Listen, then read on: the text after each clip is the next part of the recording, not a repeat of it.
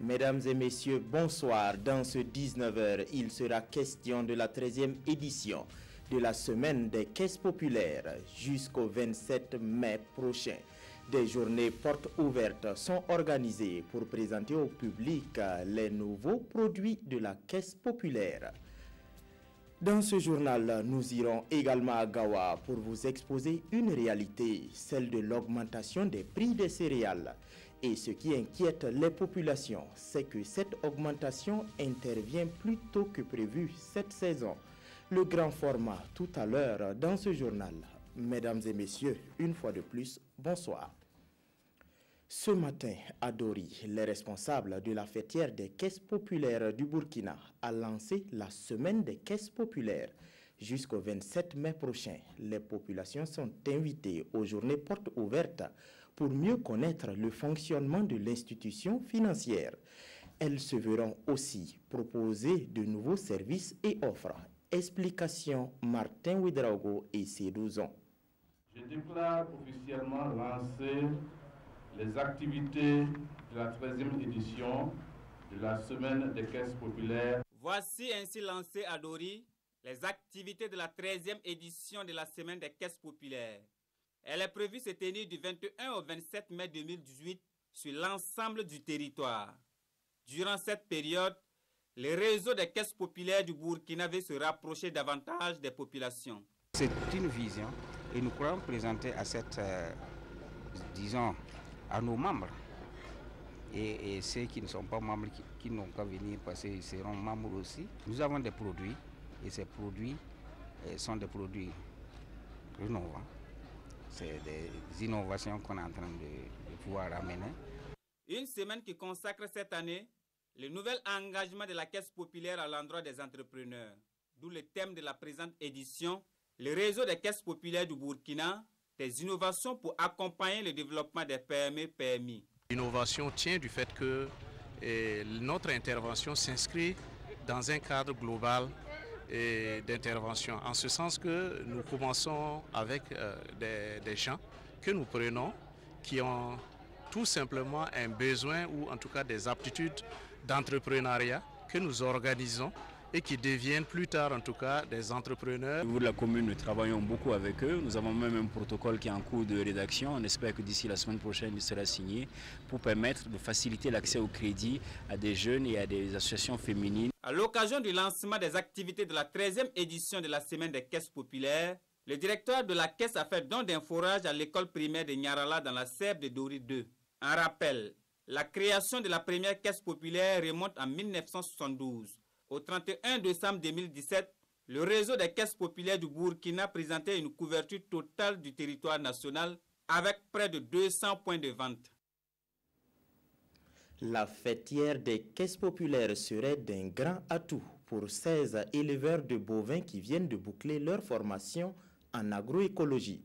La formation est l'œuvre du projet régional d'appui au pastoralisme. Un projet qui s'est donné pour mission de lutter contre le chômage des jeunes. Le film de la sortie de promotion avec Alassane Kendrebeugo, Dahandi Banga et Ibrahim Sanou.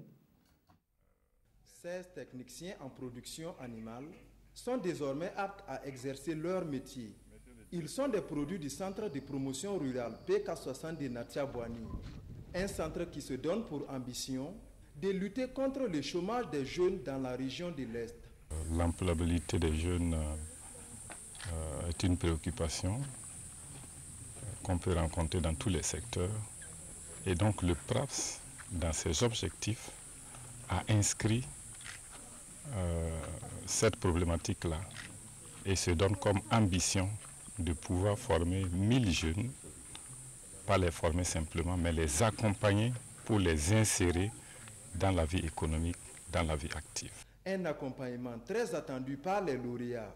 Certificat en main, ils entendent maintenant conquérir le marché de l'emploi. On a eu la connaissance, chacun de nous n'a qu'à se concentrer pour mener son activité, que les autres connaissent que nous on a eu les connaissances, voilà, pour mener notre activité, que tout le monde soit prêt pour travailler dans les modules que nous on a eu. Au cours de ces 2 mois de formation, Les impétrants ont aussi reçu des formations, notamment en montage de projets, en entrepreneuriat agricole et en sécurisation foncière. Le Burkina Faso dispose désormais d'un nouveau docteur en mathématiques. Il se nomme Moussa Sanou. Moussa Baro plutôt. Il a soutenu sa thèse de doctorat le vendredi dernier à l'Institut national des sciences de la santé basé à l'université Nazi Boni de Bobo-Dioulasso. Il a obtenu la mention très honorable avec félicitations du jury. Maneka Hien, Siriki Milogo, Ismaël Saturnin, Paris. Le jury, après en avoir délibéré, lui a décerné le grade de docteur de l'université Nazi Boni avec la mention très honorable. Ainsi donc, Moussa Baro intègre le groupe des docteurs en mathématiques.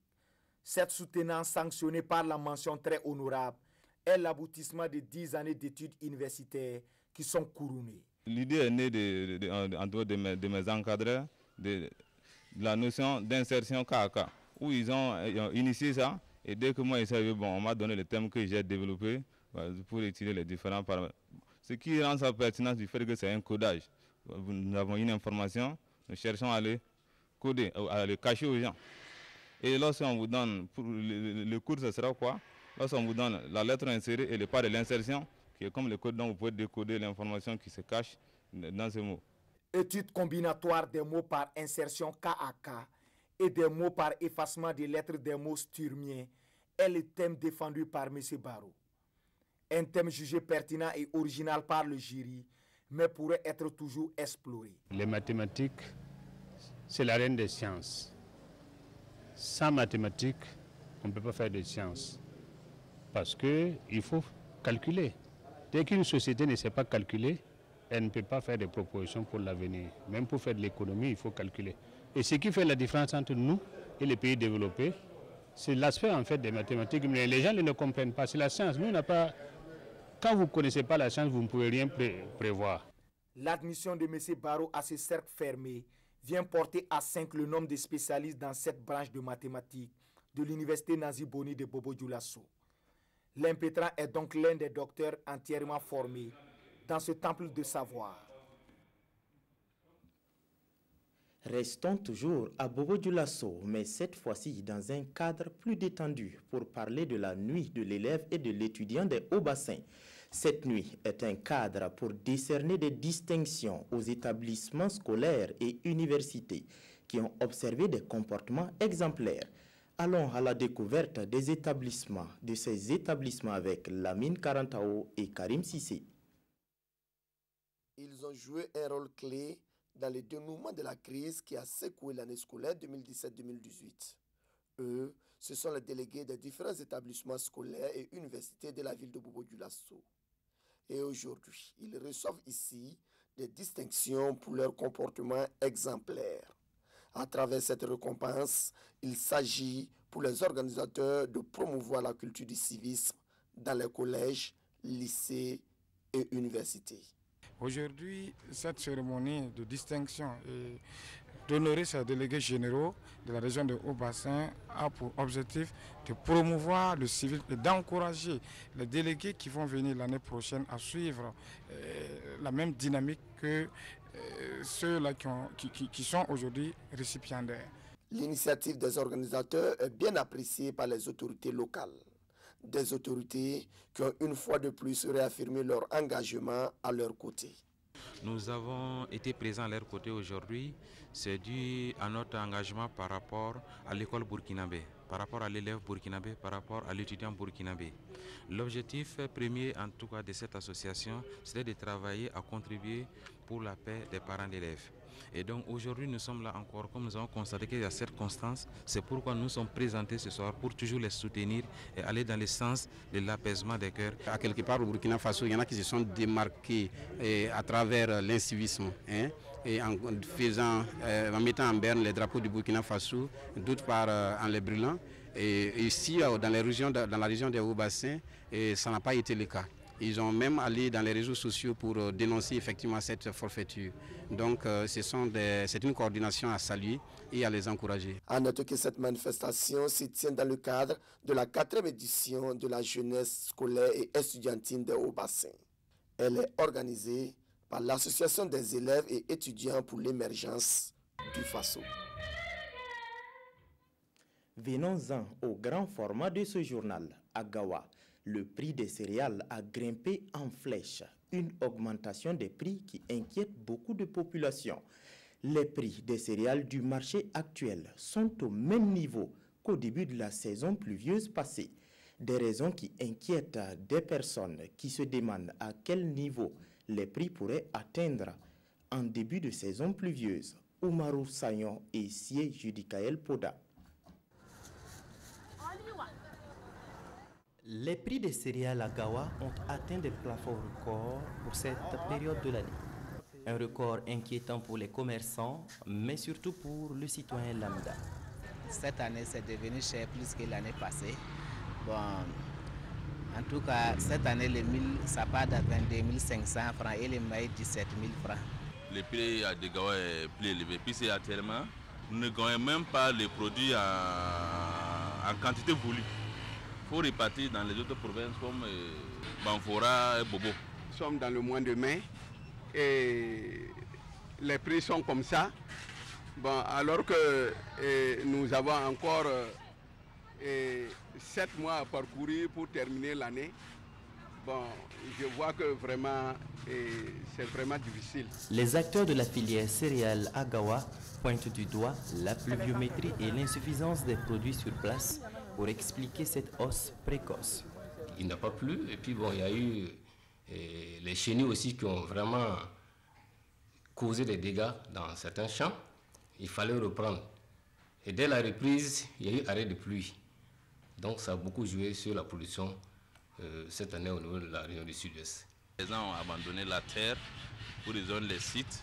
Et bien avant les sites même, Gawa, en tout cas, c'est une zone où la productivité n'est pas intense. Pour certains grossistes, le stockage des céréales et leur vente en période de soudure ne favorise en rien la flambée des prix. Il y a des gens en brousse nordique qui font stockage. En ce moment, il y avait un moment donné, ça manque. Mais il y avait un moment donné, bon, il sort, il vend. Puis c'est quand le prix est élevé, il sort et puis il vend. Nous, on ne paye pas pour stocker. Même ce qu'il y a dans mon magasin, si je gagne marché aujourd'hui, je vends. Quand tu vois que ça ne part pas, c'est qu'il n'y a pas marché. Comme solution pour pallier ces difficultés, les acteurs sont unanimes. L'agriculture dans le Sud-Ouest doit se moderniser et s'intensifier avec une plus grande implication des agriculteurs. Les terres sont fertiles, mais maintenant il faut que les producteurs utilisent les itinéraires techniques. Ça, c'est un truc qui peut vraiment aussi aider à augmenter la production. Mais on constate que certains sont toujours au stade d'abord. Les noix de qualité et les grains de néré, comme ça, bon, ça revient aux autochtones, ils préfèrent vendre ça et en temps de soudure, revenir payer les produits. Cette hausse des prix touche un peu plus la résilience des populations de la région. Une résilience déjà affaiblie par le déficit céréalier de 3 provinces sur les 4 que compte le Sud-Ouest. La page sport de ce journal démarre par la Coupe du maire de Gombosgo qui a connu son apothéose le samedi dernier. Par une victoire d'1-0, le secteur 1 de Gombosgo a remporté le trophée face à l'équipe du village de Madiga. Les temps forts de la rencontre avec Salifou Ouedraogo. Toute la population de la commune rurale de Gombosgo s'est mobilisée autour d'un idéal, préserver la cohésion sociale. Les filles et fils de la localité n'ont pas boudé leur plaisir, assister à la finale de la Coupe du maire édition 2018. Je pense qu'au regard de ce qui s'est passé, de l'engouement, au regard de la population qui est sortie, je crois qu'objectivement, on peut dire que le titre est. Moi, je me réjouis également que les équipes aient eu ce fair play, malgré quelques difficultés qu'il y a. Mais je pense qu'au bout du compte, on peut s'estimer donc heureux. Je dis bravo donc au maire, à son équipe. Elles étaient 28 équipes le 17 février dernier à prendre part à cette compétition. En finale, l'équipe du village de Madiga est opposée à celle du secteur 1 de Gombosgo en noir et blanc. Une finale ne se joue pas mais se gagne, dit-on. Le secteur 1 l'a bien compris, car elle se montre réaliste dès sa première offensive de la partie. Un but matinal mais précieux puisque les noirs et blancs vont gérer cet avantage jusqu'au terme de la rencontre. Les mérites des meilleurs ont été reconnus et primés. Le secteur invainqueur de la Coupe du maire de Gombouskou édition 2018 remporte le trophée et une enveloppe financière. Il y avait des scènes de liesse à Warkoy dans la province du Moun. L'équipe de l'école Tokui a battu celle de Madangana en finale après des séances de tir au but. Les deux équipes ont pris part à une compétition qui a rassemblé 33 établissements primaires de la circonscription d'éducation de base de Warkoy. L'ambiance de la finale vous est contée par Yves Rwamba et Karim Ouedraogo. C'est parti pour la clôture des activités de l'organisation du sport et loisirs à l'école primaire OSLEP 2018 ici à Warkoy. Et c'est le football, le sport roi, qui a le plus accroché le public. La finale met en opposition Tokui vêtu en rouge à Mangana vêtu en noir. Les deux équipes se sont mesurées pendant 2 fois 30 minutes. À l'issue du temps réglementaire, le score est de 2 buts partout. Place aux séances de tir au but et Tokui l'emporte par 7 tirs marqués contre 6 au grand bonheur de ses supporters. Le comité d'organisation se dit satisfait du déroulement de ces activités. Nous préparons toujours à ce que les enfants au niveau du sport puissent aller de l'avant, puissent intégrer en tout cas différentes équipes là, dans les équipes nationales. Les enfants, c'était pas facile sur le terrain du Nord, vous voyez constater. Donc, mais au finish, tout s'est bien déroulé. Pour le parrain, ces activités sportives et culturelles contribuent à l'éveil des enfants et à leur épanouissement intégral. On a vraiment bon espoir qu'on puisse tirer vraiment le meilleur de ces enfants. Il y a des individualités bien sûr, reste maintenant à ce que le suivi soit vraiment assez rigoureux pour permettre à ces enfants vraiment de pouvoir exprimer le talent qu'ils ont. Le vainqueur repart avec un jeu de maillot, des fournitures scolaires et une enveloppe financière en plus du trophée. Il y avait aussi des ballets, de l'athlétisme et du cyclisme, entre autres disciplines sportives et culturelles. Les 3 meilleurs de chaque discipline sont primés. Débuté le 12 février dernier, ces activités de l'OSLEP ont réuni 33 établissements de la circonscription d'éducation de base de Warkoy. C'est tout pour ce journal. Merci pour votre aimable attention. L'information continue sur www.rtb.bf. Bonsoir.